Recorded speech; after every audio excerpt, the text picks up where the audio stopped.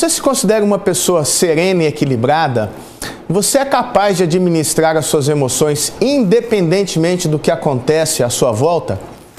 Por isso eu te convido a assistir o programa Interbusiness de hoje e aprofundar essas ideias sobre inteligência emocional, sobre emoções inteligentes e destino feliz, para você construir uma vida cada vez mais rica e produtiva. Eu te aguardo no programa Interbusiness de hoje.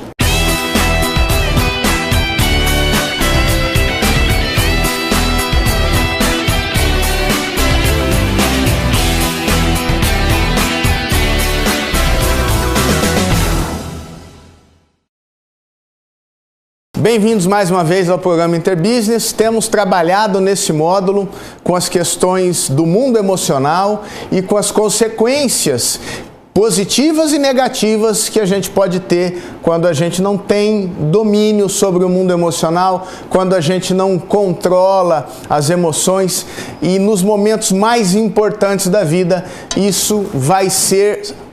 sempre foi e será um divisor de águas na construção de um destino mais feliz.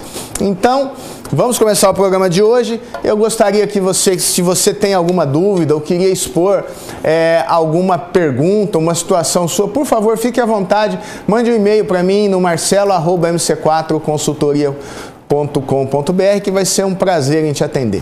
Vamos lá? Vamos começar? Então, olha aqui, programa já número 3, Emoções Inteligentes, Destino Feliz. Eu tenho dito aqui nesses programas que se nossas emoções não estão suportando os nossos objetivos, se elas não estão escorando as nossas intenções, se elas não trabalham ao nosso favor, nós não vamos poder construir um destino feliz. Mas, se as nossas emoções são inteligentes, ou seja, se elas são de fato importantes, bem trabalhadas, positivas em relação aos que nós queremos construir na vida, com certeza nós vamos ter um destino feliz, nós vamos ter qualidade de vida, vamos ter também qualidade na nossa vida profissional, tá certo? Primeiro slide, por favor. Olha aqui, uma questão muito importante, deixa eu voltar aqui para a câmera 1. Coisa muito importante que a gente percebe no ambiente profissional e na vida pessoal, quando eu atendo pessoas em coaching, quando eu converso com amigos, com pessoas queridas, é que existe uma grande dificuldade em trabalhar com o mundo emocional e o que eu mais ouço é assim: olha, eu sou assim por causa do meu passado, eu sou assim por causa da educação que eu tive.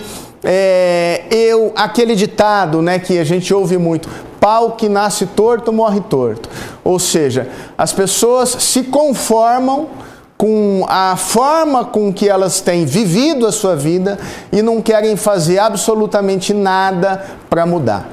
A semana passada eu recebi uma pessoa que teve um grande problema empresarial, uma dificuldade importante que beira aí a falência, né? Todos os recursos de uma família investidos num negócio, e isso acabou dando errado por uma questão de não perceber, não tomar os cuidados devidos.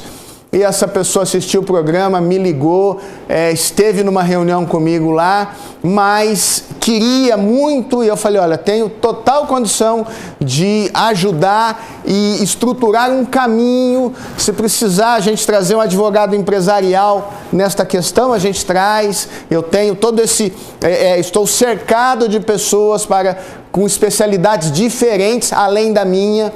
Então essa pessoa marcou, não apareceu, e eu liguei e ela falou, nós estamos aqui tudo desesperado, mas não consegue agir, não consegue tomar uma decisão e fica envolvida no mundo emocional, correndo o risco de perder o próprio teto. Você que me assiste em casa, que nos prestigia aqui na TV Araçatuba, preste muita atenção nesses módulos, porque eu quero te trazer uma informação de forma simplificada, objetiva, mas que não é fácil de ser implementado. Como eu sempre digo, o simples não é fácil, o fácil é complicar. Então, volte aqui comigo para o slide.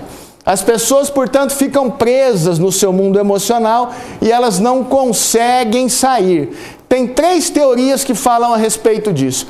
Primeiro, Aquelas pessoas que falam que tem esse determinado problema porque isso está na família. Isso veio do meu avô, do meu bisavô, do meu tataravô. O problema está no DNA. Elas estão determinadas pela genética a ser assim. Não tem jeito. A outra teoria é o determinismo psíquico, ou seja, olha, acontece que a educação que os meus pais me deram, as experiências de vida que eu tive, os traumas e as perdas não permitem com que eu mude o meu jeito de me comportar, não permitem com que eu mude o meu sentimento, as coisas acontecem, as emoções tomam conta de mim e eu não sei reagir de outra forma. Que é o determinismo chamado determinismo psíquico. E a terceira teoria, o determinismo ambiental. Alguém ou algo fora de mim, as circunstâncias criam situações que eu não sei reagir. Veja bem, são 3 desculpas que normalmente as pessoas têm por não quererem trabalhar de fato nos seus problemas. Então, ou a minha genética não ajuda, porque eu sou de uma família muito simples, ninguém nunca estudou, e todo mundo tem dificuldade em trabalhar com raciocínio. Meus avós eram muito simples, não eram pessoas inteligentes, como se tivesse alguma coisa a ver inteligência com formação acadêmica, e eu não consigo mudar o meu comportamento. Eu não consigo mudar o meu comportamento por causa da educação que os meus pais me deram. Eu nasci numa família de gente destemperada, eu nasci numa família de gente problemática, e isso entrou dentro da minha cabeça e eu não consigo mudar isso. Ou outra situação, preste atenção. Eu tenho um chefe que é uma pessoa muito difícil, eu moro numa cidade que as pessoas são muito difíceis, ou qualquer tipo de circunstância fora força com que eu não consiga melhorar a minha vida. Todas essas 3 situações não são verdadeiras, é uma forma que as pessoas têm, é um caminho que as pessoas escolhem inconscientemente e às vezes conscientemente para não fazerem o árduo trabalho de se reformarem, de mudarem o seu comportamento, de buscarem ajuda para suas dificuldades. Então as pessoas ficam nessa, repetindo como um disco furado. Ele chega numa determinada faixa e ele repete aquela faixa, ele repete aquela faixa, ele repete aquela faixa. No final da vida, mais ou menos no meio da vida ali, quando a pessoa já está madura, ela já está bastante cansada. Ela não está cansada dos problemas, ela está cansada no fundo dela mesma. E isso é uma coisa triste da gente perceber, porque as pessoas, quando são jovens, têm energia, mais possibilidades de se mudar com mais facilidade, elas não fazem isso. Mas você que nos assiste aqui no programa Interbusiness tem todas essas chances se prestar atenção e for tendo consciência de que você tem uma grande chance de mudar a partir do que você vai ouvir aqui no programa. Veja bem, próximo slide. Então, essas pessoas que vivem reagindo ao mundo, vivem reagindo, dando desculpas, elas não se sentem responsáveis. Elas são o que a gente chama de modelo reativo, é aquele bateu, levou.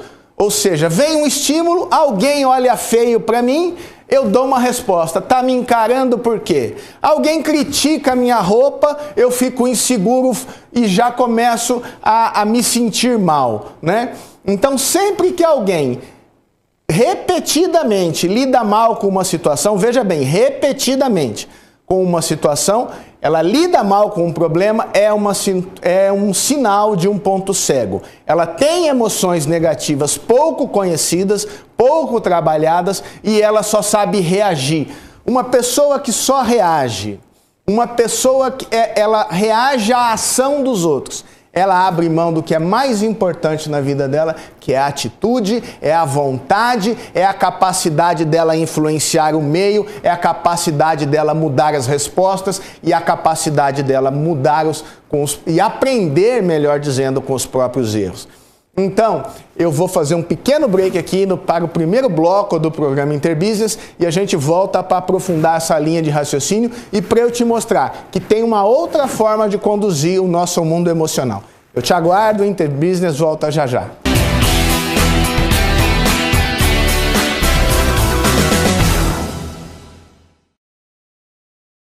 Retomando o programa Interbusiness, eu queria te dar umas pistas dessas pessoas que são reativas.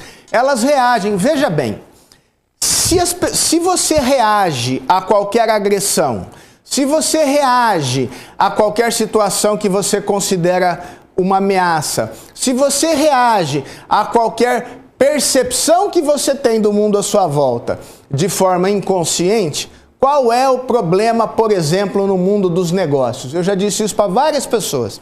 As pessoas vão perceber que você reage automaticamente. E quando elas perceberem que o seu mundo emocional dá respostas repetidas, elas começam a controlar você sem você perceber. Este é o maior problema no mundo dos negócios.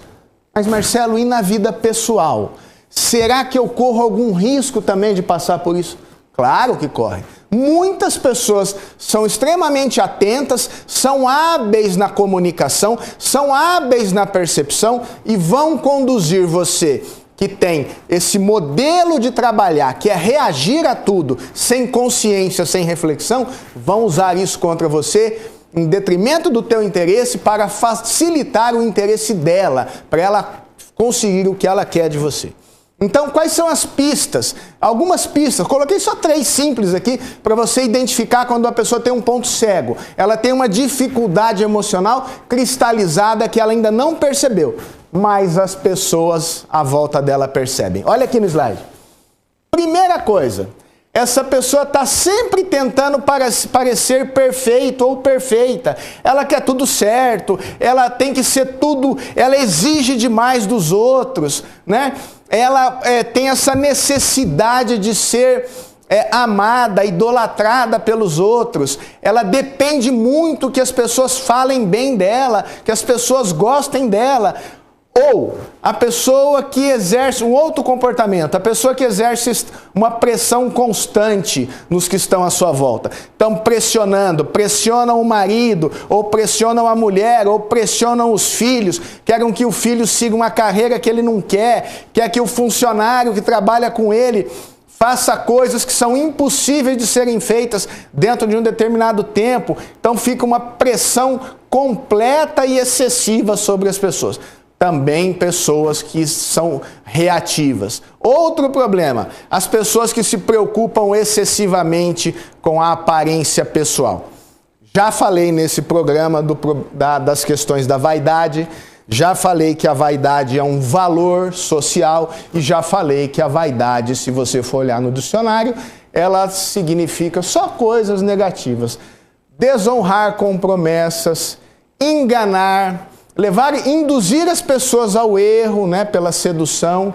Então, a autoestima, o gostar sincero de si mesmo, reconhecendo também os próprios defeitos, isso é importante. Mas a vaidade como valor, normalmente, apresenta-se também como uma disfunção. Você que é psicólogo, você que é psiquiatra sabe que muitas vezes a vaidade está ligada com a questão do narcisismo, que por si também já é um problema psicológico importante. Então, essas são algumas percepções das pessoas que reagem, que só vivem o mundo, vivem pensando nas circunstâncias à volta dela, tomam decisões pelo mundo externo, mas não estão em contato com os próprios sentimentos. Não reconhecem, não percebem que não estão bem naquele dia. E porque não percebem que não estão bem, não redobram o seu cuidado no tratamento com os outros. Por exemplo, né? Mais um slide, por favor. Por isso, o nosso trabalho também se justifica e ganha relevância, porque nós trabalhamos com isso tudo trabalhamos com pessoas sem utilizar das ferramentas que nós não somos habilitados para fazer, como a psicologia, a psicoterapia, que são importantíssimas para as pessoas que passam de um determinado limite e começam a estar na disfuncionalidade. Pessoa disfuncional é aquela pessoa que não é capaz, por exemplo, de se comprometer com o objetivo, de se comprometer com uma transformação pessoal. Então, é uma pessoa que tenta, mas não consegue. Então, quando ela repetidamente falha nisso, é uma pessoa que ela precisa buscar um profissional da área de psicologia ou de psicoterapia ou mesmo de psiquiatria para ser acompanhado. Mas as pessoas que estão dentro do nível da normalidade, nós podemos trabalhar com essas pessoas com ferramentas muito úteis e muito rápidas, sem fazer psicoterapia, sem fazer nenhum tipo de cuidado nesse âmbito, porque isso não é o que nós fazemos. O que nós fazemos é encontrar objetivos junto com o cliente e ajudar com que ele realize isso com muita rapidez. Então, se o seu problema é um problema empresarial, se o seu problema é uma transformação pessoal que você precisa fazer para ser mais feliz, mais produtivo, por favor, ligue no 33019194 ou mande um e-mail para mim, marcelo@mc4consultoria.com.br. Ou mesmo, se quiser conhecer, dê uma olhadinha no site. Tem vídeos explicando cada um dos processos que a gente trabalha no www.mc4consultoria.com.br. Então, retomando aqui a nossa linha de raciocínio, próximo slide, por favor. A diferença agora. Teve um cara chamado Viktor Frankl. Deixa eu vir para essa câmera aqui. O Viktor Frankl é um psicanalista, um psicoterapeuta judeu que foi para o campo de concentração na Segunda Guerra Mundial e ele perdeu toda a família deles, menos uma irmã. Passou por os mais traumáticos momentos e vivências que uma pessoa pode passar na vida, acho que até inimaginável para a gente que tem liberdade de ir e vir. Viktor Frankl passou por todos esses sofrimentos, abusos, perdeu toda a sua família dentro do campo de concentração e um belo dia ele estava nu, molhado dentro de uma sala, magro, sem comer, e ele percebeu uma coisa. Ele percebeu uma coisa importantíssima que é o centro da transformação, da mudança de vida que a gente pode fazer independentemente das dificuldades que a gente tem. E que ele percebeu?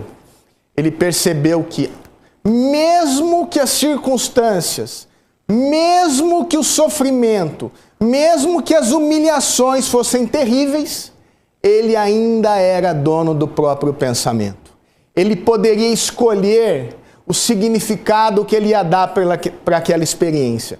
Então ele começava com fome, sofrendo, sendo humilhado, apanhando dentro do campo de concentração, ele era capaz de fazer dentro do próprio pensamento, ele falava assim, um dia eu vou sair daqui e eu vou voltar a dar aulas. Vai ser um dia muito feliz, eu vou reencontrar os meus alunos, eu vou constituir uma família para mim. E eu sei que isso vai acontecer. E ele começava a fazer esses filmes mentais só de coisas boas. E isso foi alimentando o mundo emocional dele com bons sentimentos, com emoções felizes. E ele conseguiu sobreviver ao campo de concentração, conseguiu ser um profissional destacado com a sua experiência de vida e ajudar muitas pessoas a passarem as suas limitações pessoais, os seus traumas e as suas perdas. Por quê? Veja aqui o que ele descobriu. Existe um modelo chamado proativo, diferente daquele onde eu não me sinto responsável. Neste modelo eu sou responsável, porque pode acontecer um estímulo negativo na minha vida, mas antes de dar a resposta, eu vou parar e vou pensar o que é melhor. O que eu devo fazer? Quais são os pensamentos? Quais são os sentimentos que eu devo escolher para construir a vida que eu quero? Então, este tipo de pessoa é capaz de controlar os sentimentos, ele aprende com as experiências, ele não fica repetindo o mesmo erro e o comportamento dele reflete os valores. Significa que se ele acredita que a honestidade é uma coisa importante, a ação dele é honesta. Se ele acredita que ter uma profissão, que produzir alguma coisa para a sociedade é importante, ele faz isso de fato. O comportamento mostra o que ele acredita. E as pessoas reativas? As pessoas reativas, se você for perguntar para elas, elas são capazes de falar que acreditam, que acham importante a honestidade, que é importante ter valores, que a família é importante, que trabalhar é importante, que a prosperidade é uma coisa bacana de se atingir fruto do trabalho, mas o comportamento não tem nada a ver com o que ela acredita. Este é um problema muito sério e por isso que eu te faço o convite a entender que entre a sua resposta automática que você tem dado nos últimos 15, 20, 30, 40, 50, 60, 70, 80 anos, chega um momento que você toma consciência que você pode parar e escolher um caminho diferente, independente do seu passado, da sua família, do que você vivenciou, das perdas e dos traumas. Para isso eu te convido a compreender cada vez mais neste módulo importantíssimo das emoções inteligentes e como que elas podem construir um destino feliz. Eu te aguardo para o terceiro bloco do programa Interbusiness.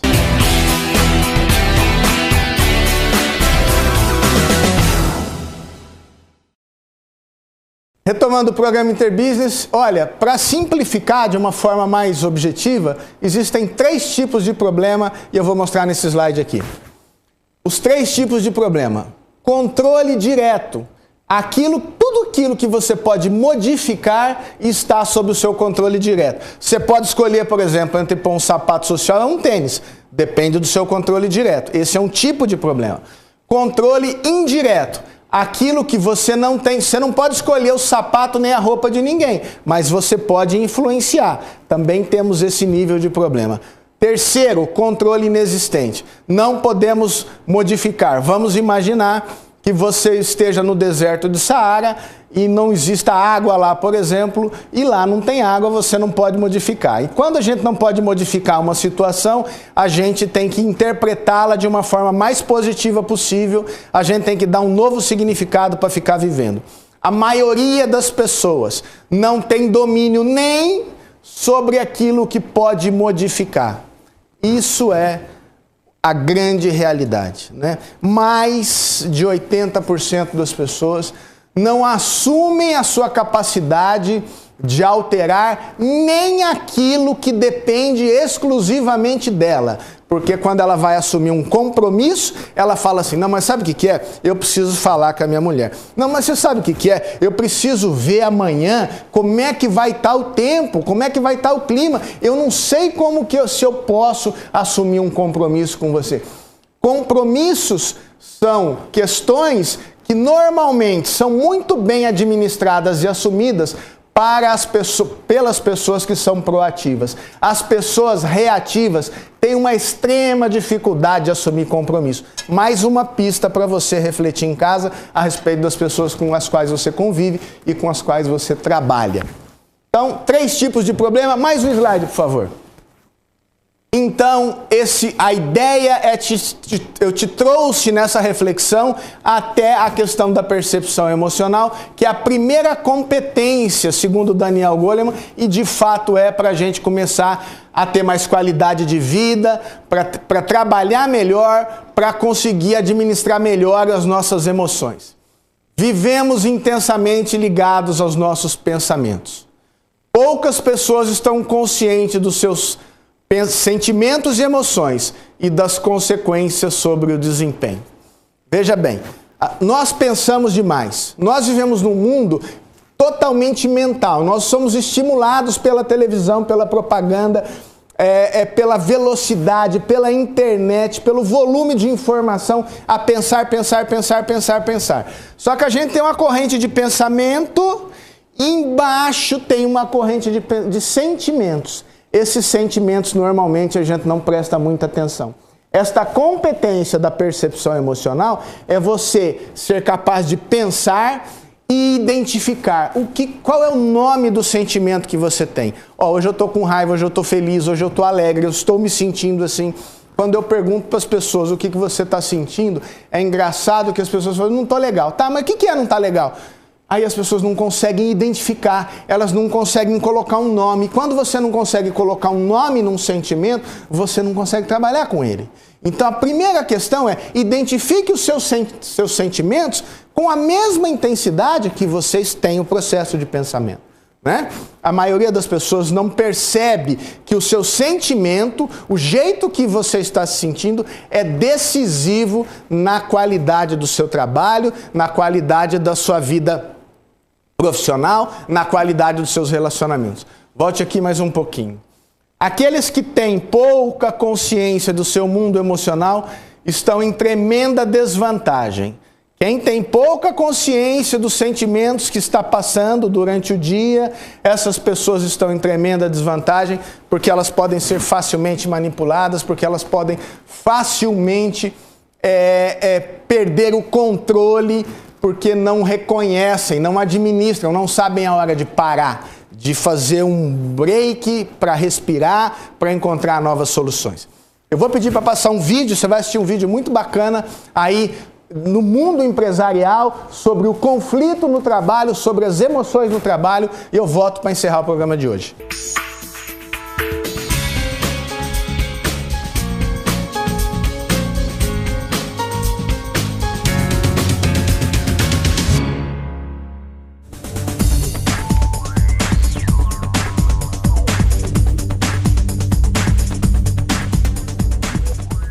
Ouvir sempre é o melhor conselho para você escolher entre ir para a briga ou poupar as suas forças, né? Tem hora de você recolher as pedras e tem hora de você atirar as pedras. É preciso saber o momento certo disso. E para isso, uma leitura do cenário ela é fundamental. Você fazer uma boa leitura para você escolher qual o melhor caminho. E, portanto, esses enfrentamentos sim são necessários e é importante estimular o espírito guerreiro das pessoas, mas elas também precisam, nos tempos de paz, nós precisamos general da paz. Nos tempos de guerra, precisamos de general da guerra. São perfis diferentes muitas vezes, E sempre entendendo que o grande objetivo é alcançar o resultado, é ir mais longe. A competitividade, o conflito, ele tem um lado bastante positivo. Quando dobra a esquina, ele começa a ganhar um apelo negativo. E é aí que o CEO tem que entrar com a varinha, com o sinal e com a corda para parar. É impressionante como as pessoas deixam o lado emocional falar mais alto e aí perder o time de tomar a decisão. A gente sempre se depara, em vários momentos, quer dizer, qual o momento que você deve avançar, até que ponto você chegou, e não vale mais a pena estressar e deve recuar, enfim. Eu acho que uma das maiores habilidades que qualquer executivo, qualquer empresário tem que ter é a capacidade de discernimento. É a sua capacidade de entender efetivamente, o tamanho do risco que você vai tomar, entender uma situação de conflito ou de confronto, qual lado que tem razão, entender que se você às vezes extrapolar, passar por é por um pouquinho menos ou um pouquinho a mais que você perde grandes negócios ou faz grandes negócios.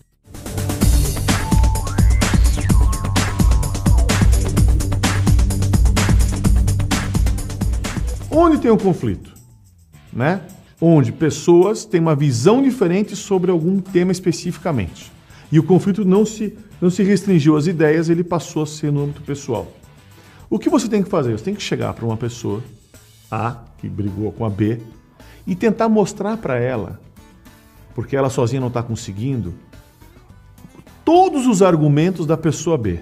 Então é simplesmente desarmar os dois, explorar de maneira muito forte a empatia para que cada um se colocasse no lugar do outro, mas com o background do outro. Comigo isso é um pouco do instinto, de você saber medir as forças contrárias, traçar um cenário em relação ao que está em jogo e buscar os melhores resultados, porque na verdade brigar nem sempre é ruim.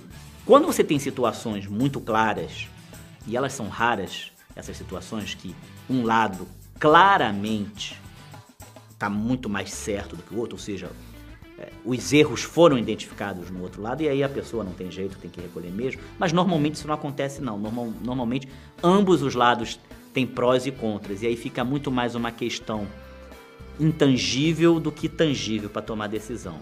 E aí quando acontece isso, e acontece com frequência, os principais motivos do conflito é a teimosia, é o orgulho. E aí entra outra vez o papel do CEO.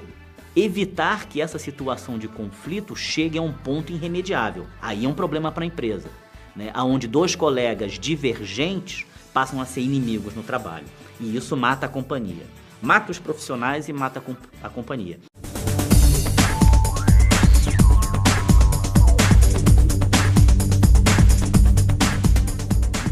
Então o CEO ele tem que ter a sensibilidade, muitas vezes, de deixar a discussão ir, porque na discussão, às vezes, que você consegue bastante soluções, consegue ver algo que ninguém está vendo.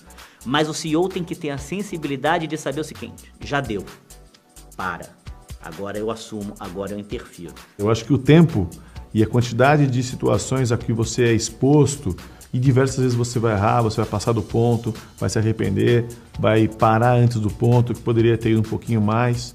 Então, mas eu acho que é o tempo que vai, de alguma maneira, trabalhando com que a gente tenha uma capacidade de discernimento. A principal razão que leva aos conflitos dentro de uma organização, acho que, na verdade, são duas razões conjugadas. A falta de diálogo e a falta de confiança. E para você alcançar esse nível de confiança, é preciso muita conversa. Olho no olho, sinceridade, resolver os problemas, que são aqueles problemas que no dia a dia nos bloqueiam. É preciso restabelecer os laços de confiança. Você assistiu o vídeo aí do CEO Series, que é uma série bacana que foi criada para instruir as empresas. E você viu alguns executivos falando algumas coisas muito importantes sobre o mundo emocional, que é importante a gente ouvir, compreender. Discernimento é muito importante, por isso é crítico você saber identificar suas emoções, né? Saber trabalhar com conflito, que o conflito, muitas vezes o conflito por si, de um problema que você tem com uma pessoa, com um fornecedor, com um familiar, dentro desse conflito, ele já traz a semente da solução. Para isso, a gente precisa melhorar o nosso nível de confiança, o nosso nível de abertura e o nosso controle emocional, tá certo? Olha, eu quero te fazer 3 perguntas para a gente terminar esse bloco, esse programa de hoje, melhor dizendo, para você fazer algumas reflexões e começar a pensar até que ponto você está realmente conseguindo controlar e administrar o seu mundo emocional. Olha aqui, percepção emocional. Faça essa autoavaliação. Você sabe identificar as emoções que está sentindo a cada momento e por que você está se sentindo desse jeito? Primeira pergunta importantíssima. Segunda, você compreende a relação entre os seus sentimentos, os seus pensamentos e o seu comportamento? Você percebe que dependendo do que você pensa, isso vai ter impacto no teu sentimento, e quando você não está se sentindo bem, isso vai afetar o seu comportamento? Se você pensa coisas mais positivas, o seu comportamento é melhor. Se você pensa em coisas tristes, o seu comportamento e o seu desempenho é pior. E a terceira pergunta, seus objetivos refletem seus valores? O que você quer alcançar na vida está alinhado com o que você de fato acredita como é importante? 3 perguntas importantes para você refletir. Esse módulo vai oferecer essas reflexões sempre que possível. Eu queria deixar aqui meus agradecimentos para as pessoas e para as empresas que nos apoiam. Primeiro, a Contábil Guimarães Toqueton, o seu Luiz e o Neto, um escritório diferenciado que faz parte do seleto grupo de patrocinadores desse programa. Nosso muito obrigado. A Requinte Imóveis, do Ramude, ali no centro, no Calçadão, também uma empresa que tem uma qualidade diferenciada, que merece a sua visita. Você que busca sofisticação, você precisa e merece Requinte. Requinte Imóveis. A Pneuata, que está entrando essa semana, do Hamilton, trabalha com a família há mais de 10 anos, uma empresa que cresce 20% ao ano, que tem valores muito parecidos com os meus, de seriedade, de compromisso, de luta frente às dificuldades e adversidades e de superação. Então, um forte abraço para o Hamilton, toda a equipe da Pneuata, que também tem loja em Birigui agora. E o seu Zé Geraldo Garla, diretor-presidente da Marilã, que tem aqui a Big Lot, que também é cliente da MC4 Consultoria, que está oferecendo agora condições mais do que especiais para você que quer adquirir um lote no condomínio, num único condomínio de alto padrão da região, porque os outros são loteamentos, condomínio legalmente constituído, Guatambu é o único aqui na nossa região e você tem a possibilidade também de morar num lugar realmente diferenciado, com a mais alta qualidade e em condições especiais até 20 de dezembro, tá certo? Muito obrigado a você que nos assiste, nos prestigia, melhore e preste atenção no seu mundo emocional, acompanhe a gente aqui na TV Araçatuba, porque eu tenho certeza que você vai ter ganhos e vai mudar progressivamente a sua vida. Muito obrigado, um forte abraço, até o nosso próximo programa Interbusiness.